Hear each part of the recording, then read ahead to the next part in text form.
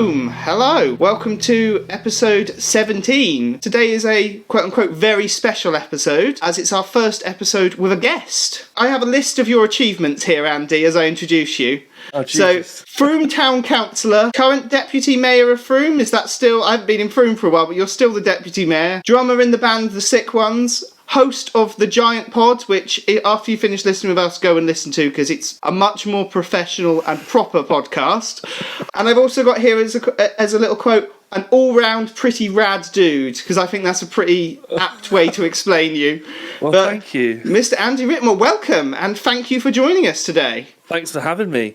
This is a great little podcast you got going on here. Well, it's basically just Dave and I drinking too much, usually. I think by the time this episode's come out, we will have released a few episodes that Dave has had to heavily edit because we had a few too many drinks the other night. We forget that we can say things in my living room which we find funny, but I don't want to be sued for defamation, at all. Defamation of character. Yeah. Anyway, that's enough waffling on. I'm going to sort of introduce what this episode is actually about, and why we have Andy here today. Because we have Andy here because, as I said, in quote-unquote all-round pretty rad dude, but also we've already done a Beatles episode, which at the time of recording has been released. If those who can't tell from the title, this is another Beatles episode. Not even our last Beatles episode, because we kind of have another one coming up in about 6 weeks' time after this is released.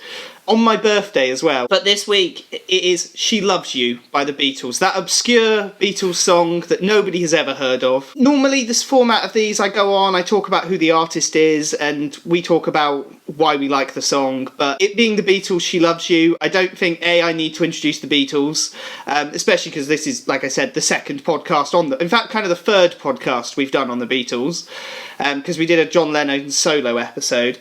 And also, I don't think it's a controversial opinion to say pretty much everyone at least heavily likes the Beatles, and we've already covered that. So I kind of wanted Andy on, so we got a bit of a different take. Let's start it off. What is your basic opinion of the Beatles, Andy? If you had to sum up elevator pitch in 60 seconds to invading aliens, they're like, who the fuck are these Beatles guys? Are they any good? Shall I check them out, or shall I listen to the last couple Lost Prophets albums? What is better? For me, the Beatles are... And because I'm such an anorak, and not only am I a musician, but I'm an anorak music nerd as well, and collector of old bands, discographies and whatnot. For me, the Beatles are... Like you said in the last pod about I Want to Hold Your Hand, you said you don't think they're overrated, but you think they're the most analysed band going, or they're overanalyzed. I'm in the camp where I love a bit of what's the word I'm looking for? Overanalyzation. There you go. Overanalyzation. Thank you.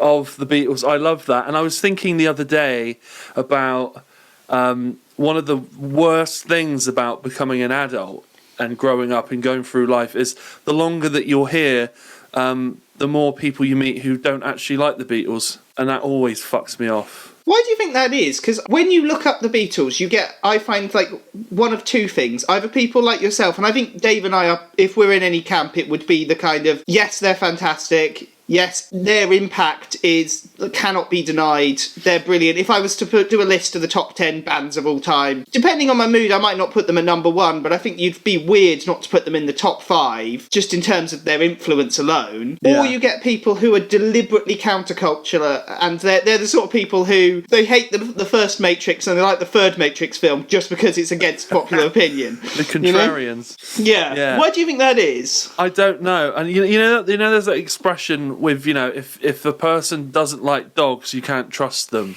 You ever heard that one? Yeah. I've always had that opinion. If they don't like the Beatles, then I can't trust them. They're such varied artists that there's something there for everyone as well. Right. And I think what most of it is that people think they're either twist and shout or they're let it be. They think they're these two extremes of teeny pop, whatever, 60s pop, or they're this sort of over-the-top, hymn-like, anthemic, we've heard it a million times. But I think what a lot of people don't understand, who are more casual, who may say they don't like the Beatles, because I don't know an awful lot of really serious music heads that don't like the Beatles. It's generally people who don't have music as a big part of their life generally. And I think what they don't know is they don't understand the complexity and the sophistication of their songwriting, and the fact that they were one of the first bands to write their own songs coming out of that hit factory sort of era. They were also fashion icons. They changed fashion. They were working class as well. So there was the Queen's English, and it's very, oh yes, you're listening to the BBC, blah, blah, blah. And then they came out with their little Scouse accents, and they were cheeky and asked the Royal Variety Performance to rattle their jewellery instead of clapping. You know, they changed the game in so many ways, and not even talking about how they pioneered recording, the nitty gritty of how they pioneered recording music. Like their influence is in literally everything. It's in the DNA of what we know as popular culture and music today. They were Britain's biggest export at one point. They were an industry. They were like an economic thing as well. It was just insane, and that's why I love the Beatles, because they were four dudes making music who just did it all somehow. And like you were saying, I watched your podcast with Will Angelero, which was really interesting. And he was saying in it that the chord changes that the Beatles used, even in those early days, they were chord changes that had never been used before. It's shocking, because you can't really, looking back from where we are now, you can't overestimate how important that was at the time. Yeah, just so sophisticated on every level. Not only were there three of the greatest songwriters of their era all competing against each other to outdo each other, and of course George Harrison took a little longer to blossom, because he was in the shadow of Lennon and McCartney for a while. But I think that actually did them a lot of favours, because he was almost like their second wind in the last half of their career, once they became a bit more ambitious in the studio. It's just phenomenal. And even the way they would operate within the business. Shea Stadium. No one played stadiums before the Beatles. No one really toured before the Beatles. I mean, after them, the Stones and Led Zeppelin can probably be credited as shaping what would be known as the touring circuit, and that element, that leg of the music industry. But they just, I mean, the rim shot on drumming, to where you hit the snare and you catch a bit of your stick on the metal rim to make a louder crack. That was something sort of developed by Ringo Starr, because they just couldn't hear themselves. They couldn't hear the beat. The things that they did and the little changes they made along the way, just unbelievable. Their influence is like, well, you almost can't quantify it. It spans that many branches of popular culture and industry. It's just ridiculous. And this song in particular with the drumming, I was obviously over-analysing it, going down a Wikipedia rabbit hole. But before this song, if you listen to other chart hits, the low end isn't mixed as high as it is in this song. This is one of the first songs where you have like the bass drum, the kick drum, prominent.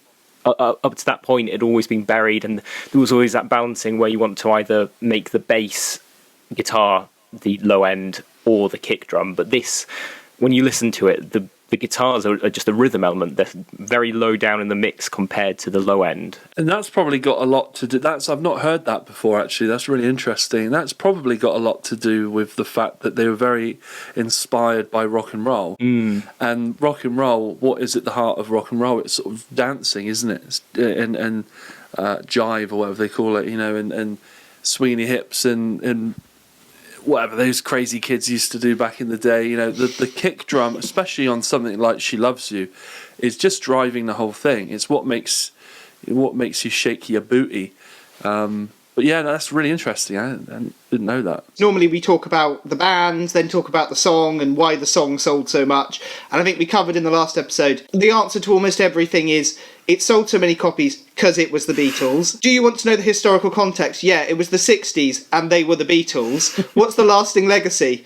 It's the Beatles. So we've kind of covered all of that. But I do have a few sort of little kind of facts that are probably not true, and what I refer to as the I think you'll find crew, who are the people in the comments that tell me that I get everything wrong and I should and with the Beatles, you're going to get that more than anybody else. And I've already apologised for a mistake I made in the previous Beatles episode. I mean, quite sort of sarky because I was a little bit drunk when I was apologising. But I do have a few sort of facts. So obviously, this song is "She Loves You." I don't know if anybody doesn't know this song, but. Like, you shouldn't be at this point on episode 17 if you don't know who the Beatles are and what "She Loves You" is. Like, fuck off, don't listen to our podcast. Like, I'm at the point now where we insult the listeners if they don't know what the song is.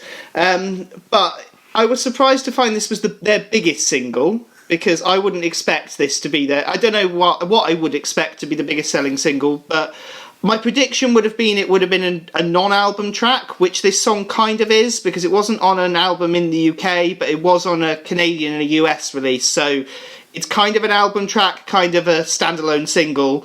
I knew it as being a standalone single because anything that's on the Past Masters album, which is kind of just everything that wasn't on one of the main albums, they sort of compiled, for those that don't know, I just assumed was one of those sort of in-between songs. This is really amazing, and this fact is ridiculous. It has been beaten in more recent times, but when I read this fact out, it's still incredibly impressive, and I don't think anybody else has ever done this, or ever will, even though technically some have. In the United States, it was number one, and it was number one at the same time as 4 other Beatles songs held the top 5 in the Billboard charts. And the only other artist to have done that properly is Drake, but his doesn't really count. His is more, he releases his album on Spotify and every individual track gets counted as a sale, and so people listen to the whole album and suddenly the whole album charts. Ed Sheeran had a similar thing in the UK. He's kind of our unfortunate whipping boy on this podcast, so sorry Mr. Sheeran. But he also, when his album Divide came out, it went on Spotify and like dominated the top 20, and I don't really think that counts. I mean, these were separate Beatles releases. Also, the sales figures are almost certainly wrong for this one, because I have some estimations that basically say they ran out it across the entirety of the UK when this song came out, to the point where the pressing plants were just sending boxes without even recording what they were sending. It was one of those get the record stores stocked because it's selling that much that they just wanted them to get off their back. One estimation says it sold 750,000 copies in the first week. So I don't know if that actually... It more than likely probably did clear 1 million. I don't think it would be ridiculous to say that. They didn't really record things in the 60s in the same way that they did sort of 20 years later. We've talked about that in our first podcast. So more than likely it sold a shitload more copies. But I still think that's incredibly impressive. And that's a feat that probably will never be beaten. I mean, that's insanity. Do you know what else is quite impressive about this, particularly on the US charts? This was released before I Want to Hold Your Hand, and based on the success of I Want to Hold Your Hand, it actually overtook it to make number one. So it re-emerged later in the year. It's insane. I got to say, Dan, you did really well during that, because I was laughing my ass off moving this wash basket behind me. I did notice that you were doing that, and I decided not to draw attention to it. Because I noticed there's a pair of lacy black panties. Somebody go back 6 minutes and have a little look. And, pause the video. I was just moving that. Sorry, yeah. No, you did really... I was losing my shit. That was funny. Yeah, it's gone now. Right, I moved it. Yeah, but there was also back to it. There was also stories of what was their manager's name? Brian Epstein. Yeah, I didn't want to say Epstein because the other one, I wasn't sure if I was remembering it wrong. Andy's mate Jeff. They both killed themselves mysteriously, didn't they? Yeah. There's rumours that or reports that he bought up tons and tons of singles, as in, like, you know, he bought I don't know how many himself and kept them in a warehouse somewhere so that they would chart initially to get that ball rolling. That was called chart stacking. It was the industry term for that, just so you know. Yeah, I've heard reports that happened. I don't know if that happened for She Loves You. They were probably pretty on fire by that point. He may have done it for Love Me Do or Please Please Me. Did Please Please Me come out as a single? Is that the album? I believe so. I think it might have been a double A side with Love Me Do, though. Because I think I Feel Fine was their first number one. I'm probably first number one in the UK, I should say, British podcast.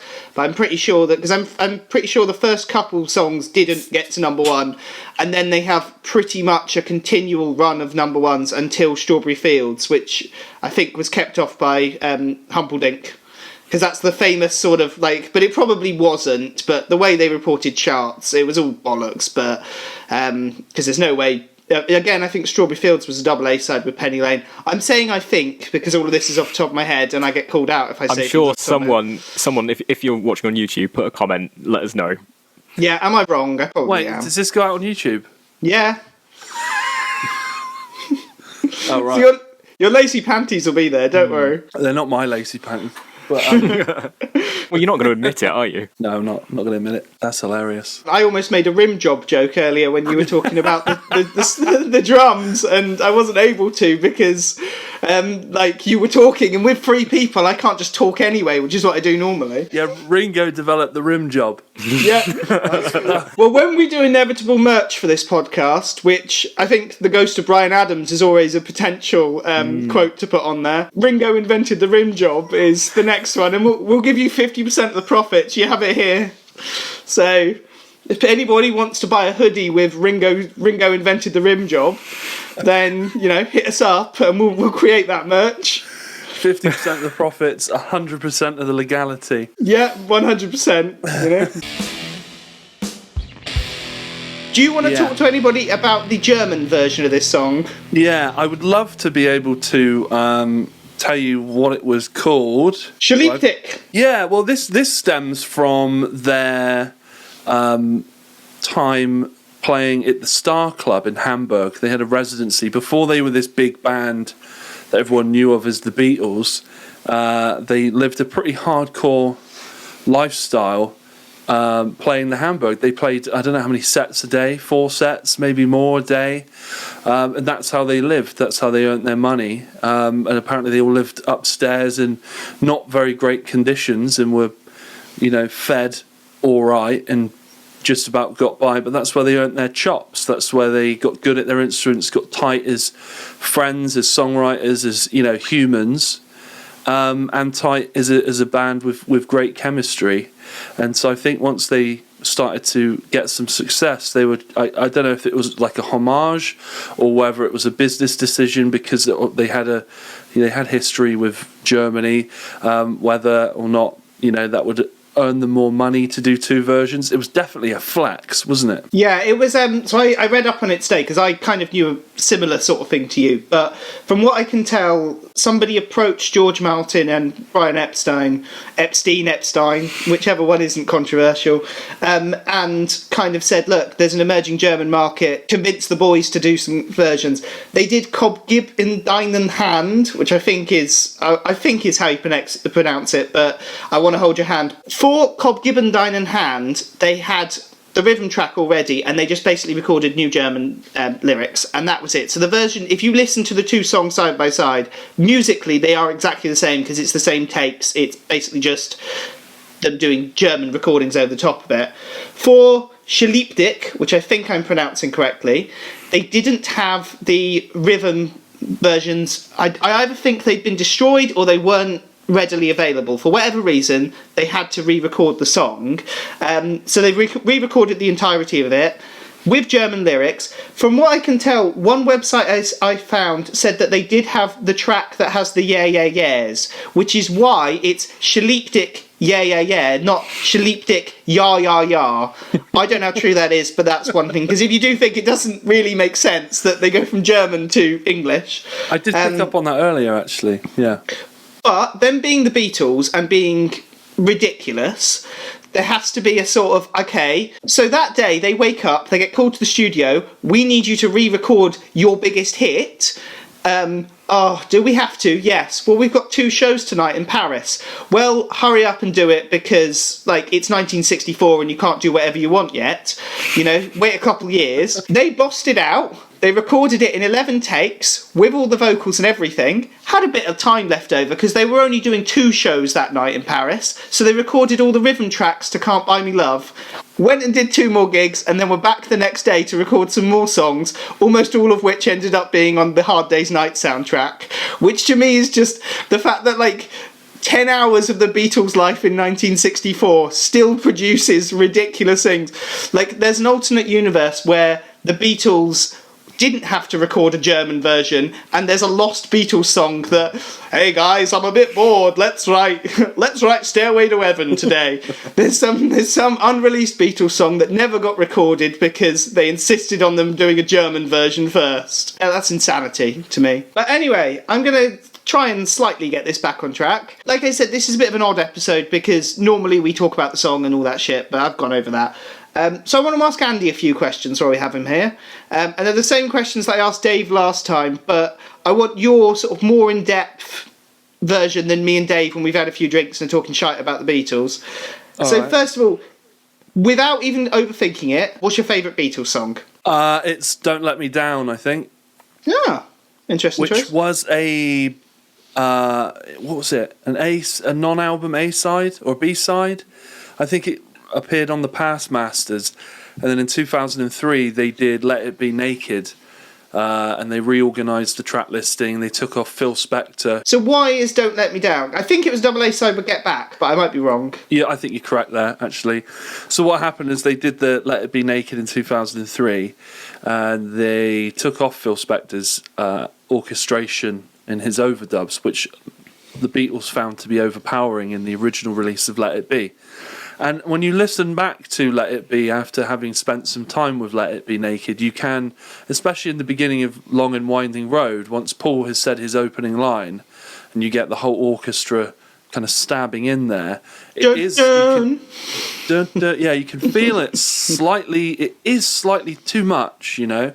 But if you've lived with that album since 1970 or whenever it came out, you're probably used to it by now. But Let It Be Naked was a really revealing listen as to what their original vision of it was. And there's a I don't know if it's controversial. There's a little element of auto-tune on John Lennon's voice. There's a moment in, I think it's Let It Be. I might be wrong, but there's a song where his pitch goes slightly wrong, or he goes slightly flat or something, and Paul McCartney chose to have him digitally corrected, which I think the purists are like, "Wow, what are you doing? He's not here to say you can do that. Leave him alone." Talking about people being purists and going over the top about the Beatles, if anybody remembers, about 10 years ago, they released Beatles Rock Band, which I had, and it was fine. It was good fun. But you know, The End, which is the last song on Abbey Road, and then it goes into Her Majesty. Because Her Majesty wasn't really intended to be a song, it was just sort of a leftover that a studio engineer, and then they kind of just put it on. They don't play the final note. So it goes, do-do-do-do, and then it doesn't play the doom. There's like one little tiny bit missing. They decided to add it for Beatles Rock Band, and I remember reading like a 1,000 word article about how this was like spitting on the legacy of the Beatles by adding like not even a second, just the tiniest note. Have you seen the trailer, Andy, for I don't know if it's called, if Get Back is a working title or if that is what it's called, but the Peter Jackson. The Peter Jackson one. It looks great. What he's dealing with there, I think, is 50... I think he said it's 56 hours of film that was shot chronicling the recording of Let It Be and the rooftop show. There was a film called Let It Be, probably using a lot of that footage that came out back in the day, and they've quite wisely never reissued it on DVD or anything past VHS or whatever it was on, because it shows an awful lot of squabbling and bickering in the studio. And I don't know if it's a marketing decision or whether, you know, because members have now passed, notably John Lennon was the earliest Beatle death, whether that would be sort of crass now to release that with him arguing in the studio.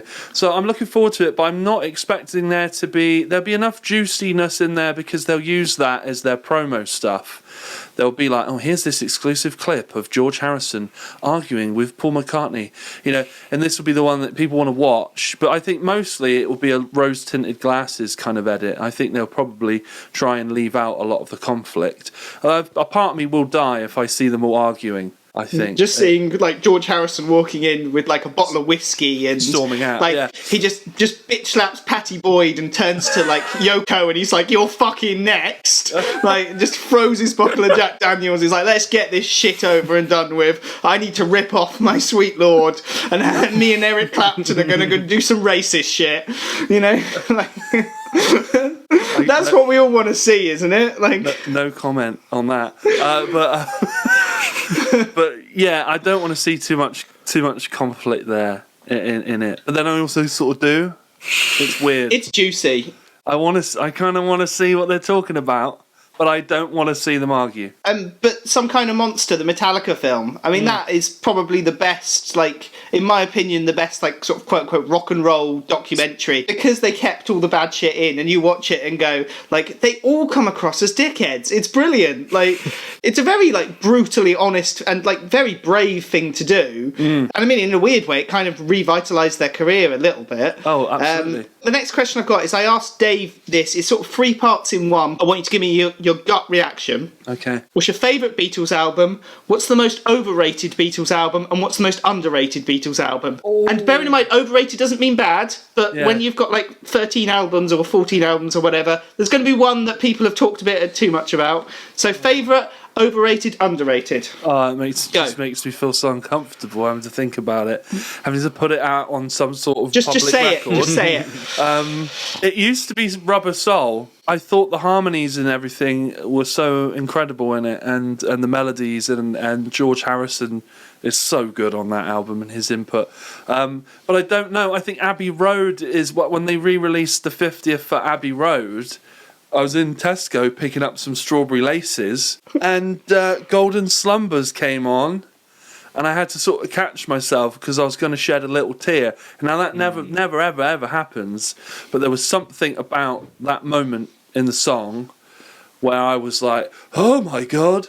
So and I listened to it again when I got home, and I had a little sob listening to it, which never ever happens. Was that the version that they remixed? Yeah. Yeah, Giles that's a Martin fantastic did. one. That's literally like the version that I go to. It should be the go-to. It's just incredible, and it was a really strange moment. I don't know why it affected me so much, but there was just something about it, and so I don't know. I think maybe Abbey Road is currently the one that I think is Abbey Road favourite. That's fine. I think we'll that's go a with that, but respectable it changes. It changes. Okay, the scary question. Overrated Beatles album. That's why I put it in the middle. We said the White Album when we did that, just to give you our answer. Okay. It might it might have to be Sgt. Pepper for me. Yeah, I think get that, that's because when I said the White Album was my least favourite, like a few minutes later I was like, oh, hang on a second, Sgt. Pepper, that's always way overrated. When it comes to like lists of the top albums that have ever been made, in my opinion. Like, I get it as a one thought, as one experience, as one piece of continual flowing art.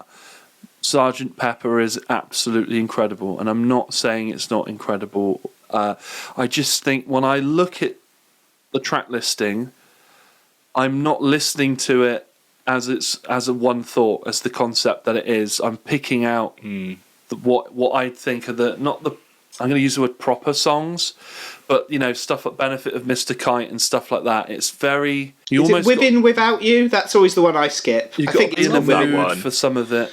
I would skip that one. They did a remix of it with Tomorrow Never Knows for like the Beatles' Love Cirque du Soleil, and that's now my preferred version because it's got a bit of balls to it now. So is that the one that Giles Martin remixed for the musical thing? Yeah, they all sort of smashed together. Yeah, that's a good. And no one talks about that album either. Maybe that's the most underrated Beatles album. But that's a cop-out answer, isn't it? I do have to shout out She's Leaving Home, though, from Sgt. Pepper. Oh, it's beautiful. I do love the album, but for me, it's the one that I pick out the most, I think. It's not got the most tracks on it that I always enjoy. I always skip When I'm 64. It's more of Paul's, Oh God, yeah, Paul's that's granny shite. music, Yeah. as John Lennon put it. And what was the last one? What was the last? Underrated. Underrated. See, I said Rubber Soul, but on reflection, I actually think underrated is A Hard Day's Night. Because A Hard Day's Night is like, every single song is only like a couple minutes long, and it leaves an impact. It's a banger. Yeah, and there's a few songs on there that sound like kind of like 2000s indie rock. I think it's like I'm Happy Just to Dance With You. I think that's the one I'm thinking of. It sounds like something like Hard-Fi could release in 2006, and it would sound really, really good. But because it's the Beatles and they then went on to much bigger and better things, I think it gets overlooked. So I might change my answer on that one, but I'm sticking with my same for the other two. Okay. Underrated for me. I don't know. I mean, I think With the Beatles is a great one. Yeah. That doesn't get talked about an awful lot. But it might. I mean, how many people bang on about Let It Be Naked? Who knows about Let It Be Naked if you're not a hardcore Beatles fan? I might have to go with that. Is that a cop out though? Because it's not. It's not like canon. It's not part of the. It's not part of the albums that they all touched, is it? Do you know what I'm saying? Because it's a posthumous, release. I don't know. Maybe Let It Be Naked is, if you don't know about that and you're listening to this, and you like Let It Be and you didn't know that exists, that is thoroughly underrated, not talked about enough. I think those are fair answers. Right, now I'm going to sort of ask Andy a question, and then I want Dave's answer for the question. I might swap it up if I get a bit bored of doing that. But this question's to Andy and then Dave. Let's go to a hypothetical. You should never really ask hypothetical questions because they're nonsense. But Mark Chapman decides to shoot Elton John that night. He decides not to kill John Lennon. John Lennon survives. George Harrison still gets cancer, but that's like 20 years later. In that scenario, John doesn't get shot. Would the Beatles have reformed? And if so, would it have been a huge disappointment and everybody hopes that John Lennon had got shot in 1980 so that they didn't reform? That's my question to you, Andy. You mean in the alternative universe, we're sat here talking about the best Elton John albums, and you're saying he goes and shoots Elton John instead of... he goes and shoots John Lennon that night instead of Elton John. Yeah. I mean, they were going to reform. I read something and it sort of broke my heart that Paul was in discussions with Lennon about reforming. And when you look at the Beatles anthology releases, I believe the singles from those releases were taken from tape demos that John was making, and they were way more recent than you'd think. And so I think they would have reformed, undoubtedly. There's something would have happened between then and George Harrison's passing. Whether or not it would have been amazing, I don't know. I think it would have been a good effort album. They could have supported Motley Crue or Van Halen. That would have been good. I don't think it would have... I can't see it being as important as the rest of their catalogue. You don't understand, Ringo. We can replace you with a drum machine now. You heard of an 808, Ringo? Yeah. Oh no, well that's me over at least. He doesn't understand it because it's in time. Yeah. These songs don't work. You can't play the same thing over and over again. I watched an interesting interview with Ringo Starr where he explains why he's such a bad drummer. And the reason is he's left-handed, but he played a right-handed kit, so everything's backwards for him. So when he's doing drum solos, normally you'd roll down the snare and the toms from left to right. He's going from right to left. He's going up the drum kit. So it always leaves him like a tiny fraction behind where a normal right-handed drummer would be. Is that a pause waiting for me to interject? Yeah, well, I have a bit about Ringo later on because... Okay. Yeah, I'll save my Ringo love for later. Yeah, no... This is, like I said, this is our third Beatles episode. We kind of did John Lennon in John Lennon's episode. We talked about John George Lennon Harrison. song was that? Imagine. Oh, yeah. So, yeah, I know it was a boring one to talk about. There's so many other John Lennon songs I would like to have talked about. But the nature of this podcast means that it takes us out of our comfort zone sometimes to talk about songs we wouldn't have normally have talked about. But the downside of it is we don't get to pick the songs, meaning that, like...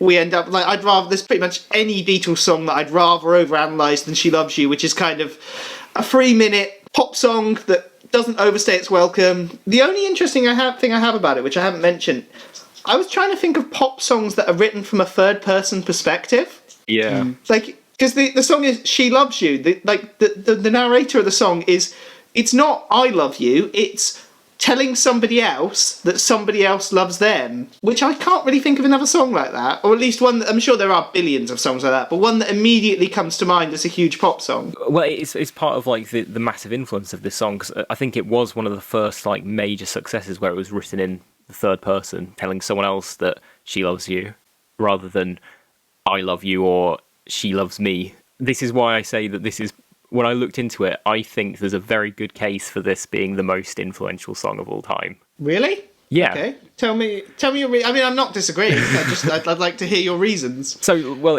like I said, it has this massive impact on how songs are written because of the change of person. It's a new perspective on writing about love in particular. Like I said earlier in the podcast, a lot of the chord changes, they'd never been done in music, particularly not pop music before, and it had a massive impact on a diverse range of genres, from psychedelic down to like folk rock. I mentioned earlier about the drum and bass being mixed so high up in the overall released version of the song. That's another thing that hadn't been done before. It's influenced even genres of music. I'm a big fan of Serge Gainsbourg, and one of his songs was one of his massive breakthrough hits. Was a song called Chez les Yé, which is literally written about Serge Gainsbourg going to a bar to watch the Beatles and picking up underage girls. And it inspired the French rock and roll sound, or what Johnny Halliday's famous for, which is called Yé music. And Yé, of course, is from She Loves You, Yeah, Yeah, Yeah. It's literally named after that. It's inspired. So without She Loves You, we wouldn't have had Serge Gainsbourg, and we wouldn't have had the Eurovision Song Contest. We wouldn't have had anything like that, because obviously Serge Gainsbourg was one of the massive influences in the Eurovision Song Contest that turned it from like a very stuffy competition into one that's very campy and very subversive.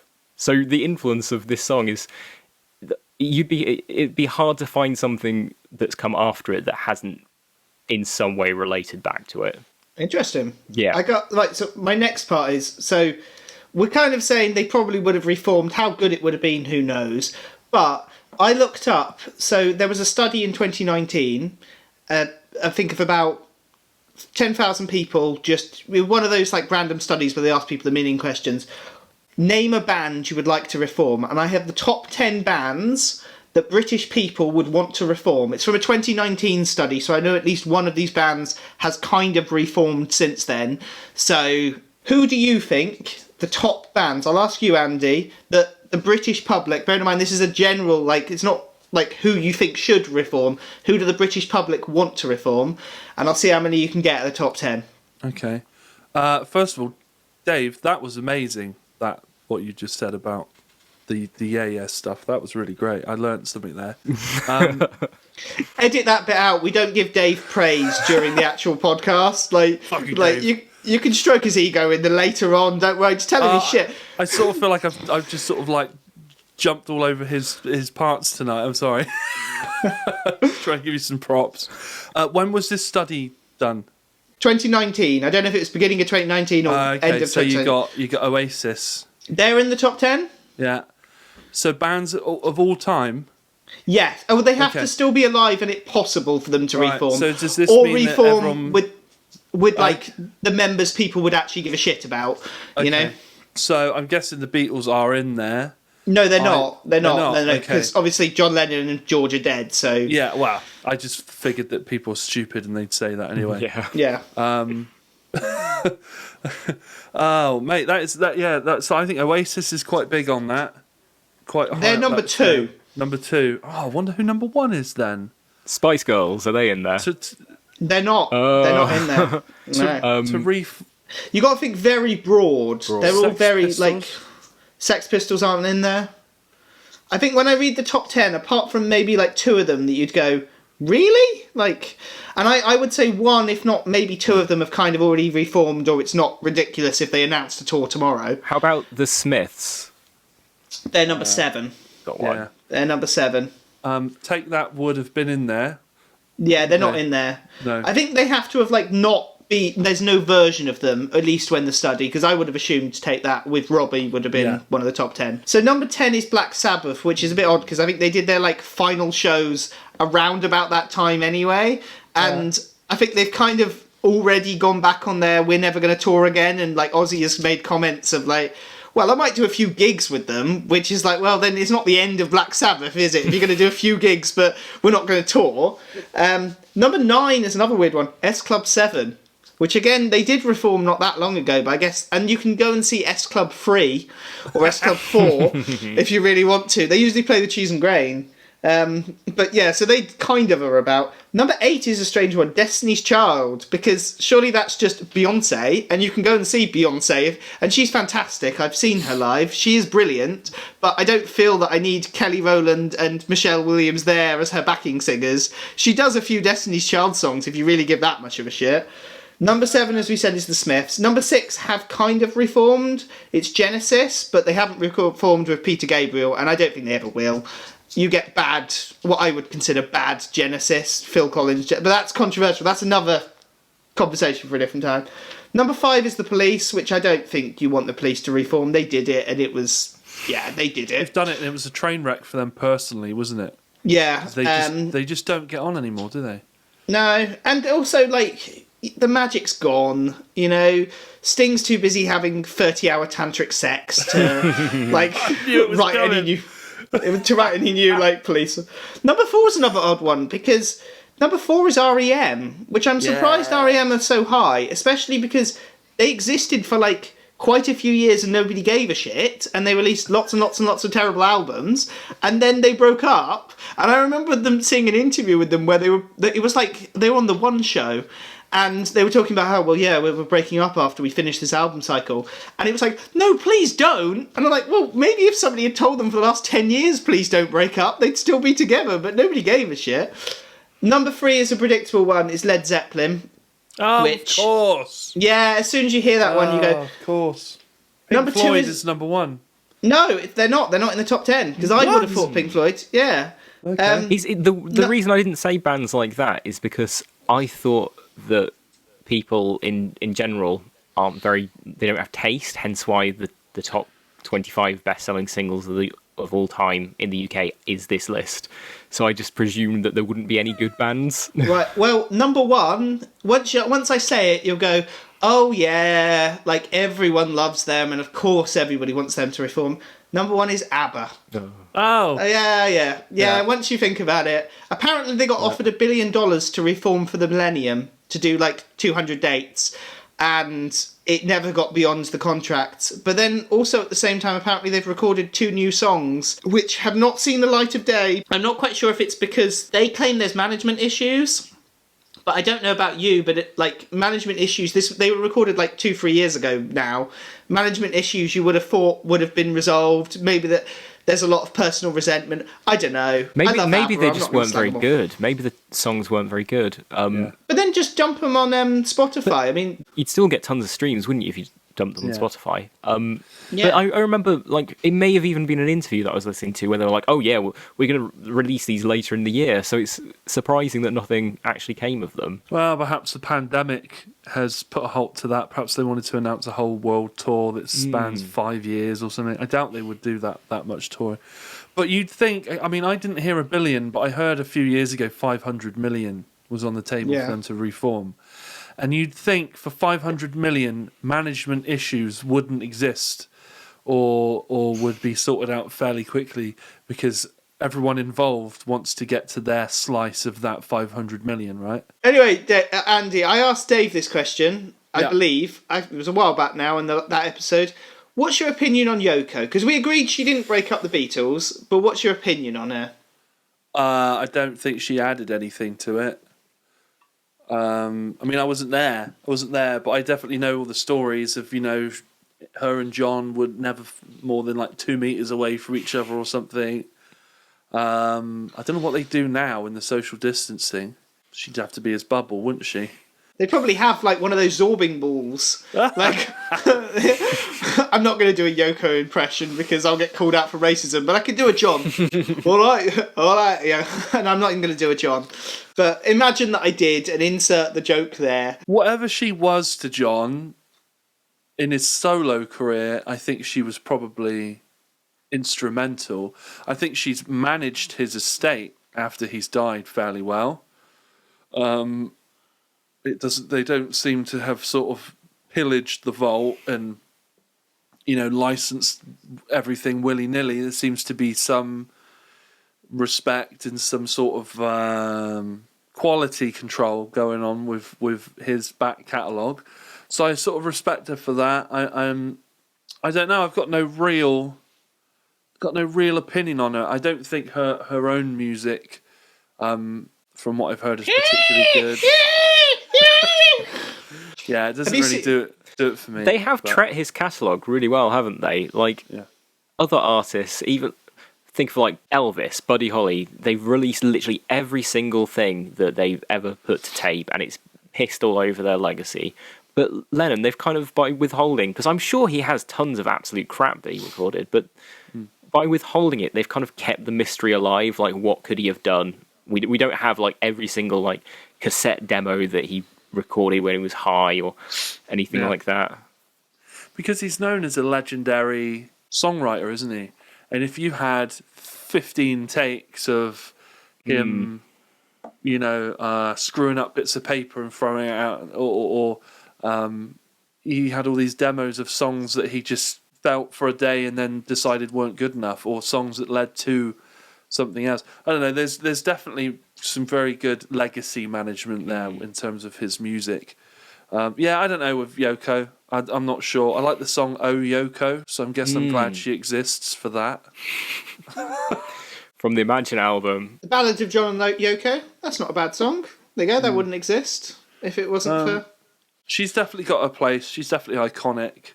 I don't know. I don't think she did break up the Beatles. I think that she's probably a symptom of it. He probably thought, if I bring her to the studio, the boys might actually behave themselves because they don't want to, make a tit of themselves in front of company. I don't know. So my next question is, obviously Lennon and McCartney are kind of known as the greatest songwriting partnership of all time, and I think that's certainly between us three, probably not to be disputed. But I'm talking partnerships, not whole bands, so only two people. What do you think, apart from Lennon and McCartney, are the greatest songwriting partnership? Dave, I'll let you go first. That's such a hard question, isn't it? I gave it some thought, so do you want me to throw out my two answers that will make you both go, well, now you've stolen the two that... Was it Morrissey Marr? Morrissey and Marr, or Benny and Bjorn, ABBA, which weirdly were both in the Reform list. Or maybe Elton as well. I can't remember who he wrote with, but those songs, the hits that he had were pretty well written. I was going to say Elton and his... I can't remember what his name is. Bernie Taupin. I was going to say Elton and Bernie. I wasn't going to say Bernie, though, because I didn't know his name. But yeah, it might be Simon and Garfunkel. I don't know. Duos. I think it's hard because often, people will, for songwriting credits, say that it's the whole band or one person will kind of push out another. So you don't really know, unless we have a camera on, successful bands all the time to know who sat down together and recorded everything. Because to get a song credit, you have to... You can just change a word. Yeah. And you can be involved in the credits. Yeah, I think we talked about that in a previous podcast about Justin Bieber, ad-libbing the word yeah or whoa or baby, and he gets a songwriting credit.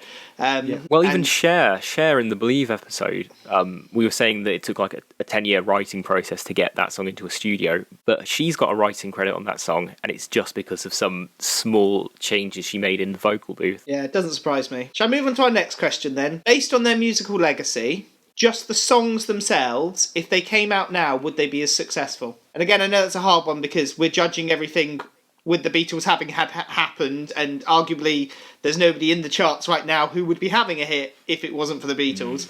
but kind of try and get your head around it. Is the music that timeless, or is it a little bit, well, it came out at just the perfect time that the world was ready for it? There is like an element of it coming out at the perfect time. But I think they still would have success because they are great songwriters. Because at the time in like the British charts, you know, rock and roll had just kind of exploded, but then it kind of went away a bit because people like Elvis went and served in the Vietnam War. Chuck Berry was in prison because he transported a miner over state lines. I think we mentioned that in the last episode that we recorded as well. Little Richard, another icon that had like such a promising career ahead of him, he kind of stopped, didn't he? He went and found God and he became a minister, probably to try and repress his sexuality. Jerry Lee Lewis was busy fucking his cousin. Yeah, you know, yeah. it was, and Johnny was loving his pills, Johnny Cash. So yeah. If you look at the British chart in 1963, do you know who was one of the top sellers of that year? In fact, the top seller, it was Cliff and the Shadows. Cliff? Yeah, doesn't surprise me. So that's the kind of music that was around at that time. So I think had the charts not been so crap at that time, it may have taken them longer to break through. But I think they would have had like pop appeal regardless of the decade that they were releasing music in. Again, yeah, like you said, I was just thinking about, you know, everything that we know about music now in culture, and even like I said, the way that bands tour, the way that not the way bands release music anymore, but they're so in everything. Their DNA is in everything. That to imagine the format, imagine all the without them is almost unfathomable. But I don't know. Would you mean that maybe they would do the same song? But with like a trap beat on it. Oh, do you mean that'd be awful. Do you mean they literally come out as they are, like, She Loves You as it was, not She Loves You with like some MIDI hi-hats on and a bass drop and a Lil Wayne feature. Yeah, She Loves You. Now that would be good. Let's make that happen. Make that alternate reality happen where Lil Wayne features on every single. He's actually quite good, guys. Paul's walking in and pretending like he likes Lil Wayne. Like, no, he's actually really groovy, guys. Come on, let's do this one. Let's do Mother Guitar. I only like Little Richard. Who's this Lil Wayne? Dan, how many beers you had, man? Scaringly, this is only number 3, but they're bigger than usual. I think they would have some success in this current climate. I don't know how it wouldn't be the same, obviously, but I think they'd probably make some waves somewhere. It'd be impossible not to. She Loves You with modern production. That's still a banger, isn't it? Still incredible. Well, the fact that people, even young people, still would listen to this song, it kind of says that there is still people here who would find that appealing. They don't have a strong TikTok meme. I looked it up because I was going to take the piss, but there isn't one. But maybe we can make one. Yeah, after we get over sea shanties. Yeah, let's do a day in the life, and it's just somebody standing around their house being really, really bored, and we do that. That's my meme, and then it just says hashtag. Get out of bed. Yeah, there you go. That's my TikTok meme. You're welcome to steal it, young people. It's got to stop before he gets on the bus because we can't actually leave our houses anymore. Without a mask, anyway. So I always feel weird talking about things that are in the news at the time because we keep either talking about people who then, by the time the episode comes out, are dead, like Bryan Adams, who isn't dead, but we keep referring to the ghost of Bryan Adams, so his days are numbered at the very least. Sorry, Bryan. But one of the things that's going on at the moment, when we record this in January, but this won't come out till like March, but at the moment, loads of artists from the 60s and 70s are selling their back catalogue. Now, I looked into it because the Beatles' back catalogue has been a contentious thing for decades. Famously, Michael Jackson bought it in the 80s, got himself into lots and lots of debt in the 90s and the 2000s, kind of sold it, but kind of kept it as like collateral to take out more loans. I don't understand the legal wranglings. But Paul McCartney's been fighting for years to get it back. And in 2018, his lawyer said that McCartney believed that he'd resolved the matter by entering into a confidential settlement agreement. So I'm guessing that he's got a lion's share of it, or he will do in the next couple of years. Loads of other artists seem to be selling their back catalogues for stupid amounts of money. Bob Dylan did it about a month ago. I think Neil Young's done it. Lindsey Buckingham from Fleetwood Mac has done it. I think Mick Fleetwood's just done it. When we're recording, apparently Dolly Parton is in negotiations. So by the time this airs, she might have sold her back catalogue. How do you feel about that? Because, I mean, they're giving up their art. I mean, it wouldn't be unfavourable to see, like, Dreams doing a Dreams bed advert, like Dreams by Fleetwood Mac, in a Dreams advert, completely, like, nothing to do with Fleetwood Mac, but they've already sold their soul in the next few months. But at the same time, they get a nice payday and they can all retire. How do you, as a musician, Andy, how do you feel? Would you sell out your principals for £100 million? I mean, the answer for me is yes. Yeah, but I would. Yeah, how do you feel about people that are already millionaires doing that? I doesn't bother me. The way someone put this quite nicely with Bob Dylan is that, you know, he's done his life's work. He's made a good living already off of what he's done. But the industry just isn't the same anymore. You know, the streams that he's getting now are a pittance probably compared to, you know, when there was a physical market for records.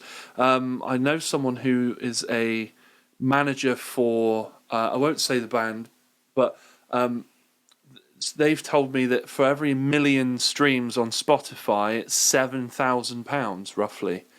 Which is not, you know, compare that to if you bought if you bought a million copies of the single, the 7-inch or the CD single, the cassette, or maybe even a million radio plays on primetime, drive time radio. £7,000 is nothing. Now, I don't know whether a band like Metallica or the Beatles or Led Zeppelin, when they come to a platform like Spotify, because initially Zeppelin and the Beatles held off, didn't they? And I think that was because they were waiting to remaster everything because of volumes and, you know, commuting and, you know, remastering brings the overall volume of tracks up so that you can hear them better on the bus and things like that.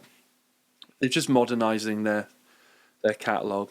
I don't know whether the Beatles come in and say, listen, Spotify, if we come onto your platform, you know that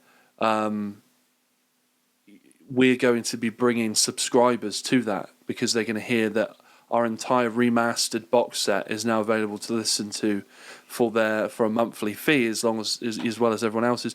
I don't know if they get, I don't know if it's a sliding scale. I don't know if Metallica get more per stream to incentivize them, because at the end of the day, if everyone decided to leave Spotify, Metallica, Fleetwood Mac, the Beatles, the Rolling Stones, Pink Floyd, whatever, and they said, no, we're used to earning far more than this, you know, you're going to have to pay up. I don't know whether they would have Spotify by the balls or not, whether Spotify can survive without these big artists at the top. I don't know. We should just state right there, other streaming services do exist, because this podcast is hosted on Spotify, right, and we get about 25% of our listeners from there. So Apple Music, there are other equally shitty streaming services that treat their artists like shit. So there's enough blame to go around. Yeah. Spotify are cunts, but so are lots and lots of other people. So don't worry. Yeah. If it wasn't them, it would be someone else. Yeah. So I don't know. The way I look at it is they've done all this. They've done all. You know, they've done their art. They've done their work. And what are they going to do when they die? Leave their back catalogue in the hands of their grandchildren or their grandchildren's children if they've never met, who could absolutely tarnish the legacy. I think what he's done is Bob Dylan, for example, he got 300 million. Which sets up the next 2-3 generations of his family, at least, you'd hope. And he's earned all that money up to that point. He's cashed his chips in. You know what I mean? He's got to the end of the night at the casino and he's gone, you know, the house isn't going to win. I'm going to cash in my chips now, because over the next 20, 30 years, when I'm not even going to be here, they will, you know, regain this investment, I guess, in the back catalogue. He gets it all now. It's in the bank to add to his wealth. And with money comes power. Let's not forget that. You know, if you've gone from having 10 million in the bank to 310 million in the bank, you're a considerably more powerful person by default. And that means your family is considerably more influential and powerful. So, you know, cashing these chips in as a business deal, it's setting the family up. No, I don't blame them at all. If I had a back catalogue like that and someone said, hey, you want 100 million for it, you know, I wouldn't say, no, because you're going to put it on a butter advert. You know, I don't give a shit. Give me the 100 million, man. I'm fed up of sleeping on floors and wondering if anyone's going to listen to it. Plus, you've got to think, like, a large percentage of what they make now in the era of streaming is from touring, and they're all coming to the end of their lives, to put it bluntly. They're not going to be able to go out and tour forever. It's nice to have enough money to support the lifestyle that you have without having to think, oh God, I've got to get up on a stage in front of tens of thousands of people and I can't even sing anymore. So I think it's better for them to like bow out like that. And, you know, they've given so much to other people in terms of like enjoyment, many hours of listening to music. Surely they need to be rewarded for that. Yeah, I agree with you 100%. Yeah, like I said, you know, you're handing it over to people that know what they're doing as well. You know, you'd hope that whoever it's Sony or whoever's Warner, whoever's bought the publishing rights to your catalogue, you hope that they have staff on board that understand how to implement your music in the best places to earn the most money for them, because that's why they're buying it. 300 million is a projection on the value of it over time. Obviously, that they're going to expect to make more than 300 million, but you want people that are going to put your product, let's say content, product, whatever, in the right places, in the right markets, and not let a butter advert use it and whatever. But really, I don't get that myself either, as like, who cares, man? Like, we're in an age where a guy on a skateboard with a bottle of Ocean Spray can put your song back up to the top of the charts, do you know what I mean, on TikTok. Like this. And how is Bob Dylan supposed to work his way through that kind of industry now? Like, he's old and he's done, and he put out a good album this last year, and he's cashing his chips in, do you know what I mean? The world is changing so quickly. TikTok can now put a song at the top of the charts. At that point, if I'm Bob Dylan, I'm that old. If I'm Mick Fleetwood and I'm that old, and I've seen that, I'm going, I don't know what the fuck is going on anymore. Give me 200 mil, whatever. You handle it now. Yeah. I got to buy a new dialysis machine or some colostomy bags or whatever they need. Right, so this is our penultimate part. Just a question I want to put out to both of you before we get to our final segment of the episode. It's our recurring segment. I just want to... This is the third Beatles episode, kind of part 3 of 4. We've touched upon him a little bit already, which sounds a bit weird, and how he invented the rim job. But I want to know what both of your opinions on Ringo Starr is, and not just in the context of the Beatles, just generally. Because I personally think Ringo gets a bit of like the bad end of the stick. He's kind of remembered as the untalented Beatle, but being the most untalented Beatle, and arguably he is the most untalented Beatle, still puts you above like 99% of people. It's like being the tallest midget. It's not an achievement, but fair play. So that's my opinion of Ringo. I'll start with you, Andy. As a drummer, what do you think of Ringo and his drumming? Okay, this is where I'm going to go off on a bit of a rant. Ringo was the perfect drummer for the Beatles. He didn't overplay. He didn't underplay. Everything he did serviced the song. There's no point in any Beatles song, and I will fist fight anyone who disagrees with me. So in the comments, we'll post Andy's address, and if anybody hates Ringo enough to want to fight him, you are what, like 6'7" or 6'9"? 6'9". We'll go for it. Yeah. So I think Ringo, he never overplayed, never underplayed. Every drum part he's done services the song. There's not a single point in any Beatles song where you can point at that and say, oh, that was unneeded, or that was messy, or that was overplayed and ruins the moment. Everything he did was musical or in support of the song overall. And it wasn't just that he held a steady beat in the back and didn't let it fall to shit. You listen to Ticket to Ride, the drums on that are great. You listen to the intro to Come Together, incredible. Listen to Tomorrow Never Knows. That's the archetypal psychedelic rock drums. It's the Oasis have mimicked it, and every Stolen. The word you're looking for is stolen. Okay, stolen that vibe. There's countless other things. You know, the way how hard he was hitting those drums back in the day, rock and roll. Just the way he hits his hi-hats when he's going from left to right, almost sort of brushing over them. A lot of drummers come down on the hi-hats squarely. He's kind of dashing over the top of them. That itself creates its own feel that no one really has, because no one's really playing like that. Like we said, the rim shots. You're now going to always think of it as the rim jobs. You'll be there on stage, and you'll be there like, I've just done a rim job in front of everybody. I've just done a bloody rim job, boys. And the way he would crack the stick, catching the hoop on the snare drum to create that extra crack to play live so they could just hear where the beat was so that it didn't fall to shit.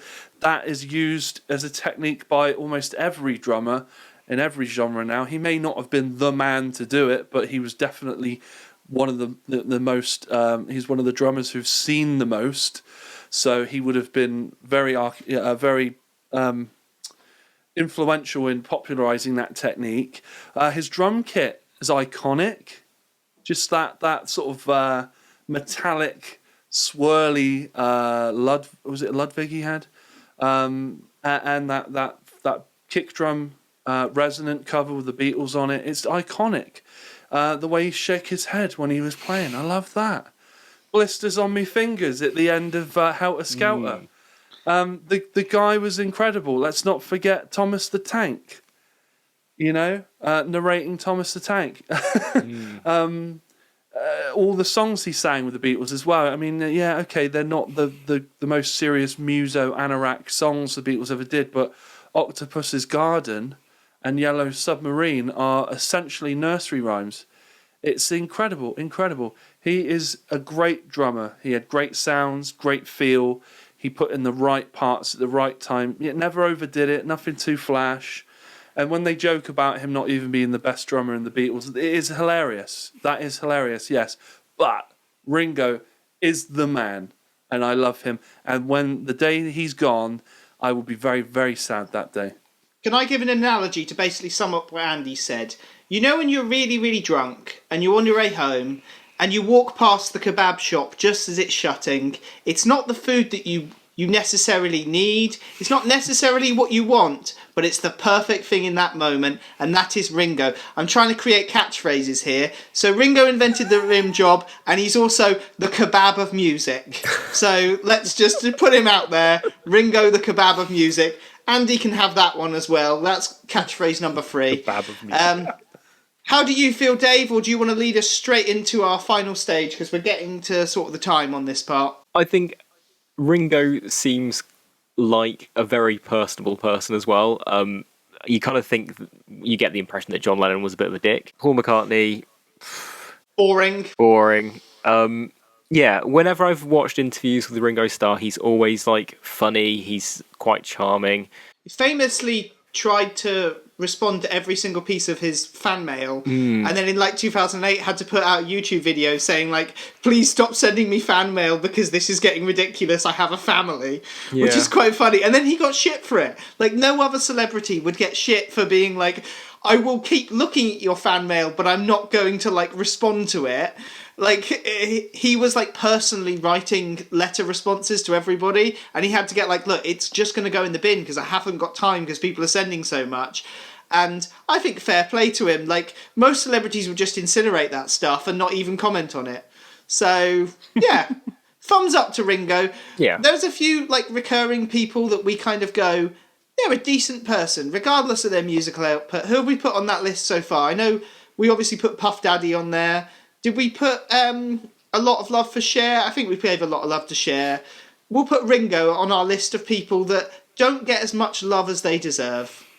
So I think that leads us quite nicely into our final recurring segment before we finish out this part of the episode. Tenuous Kanye.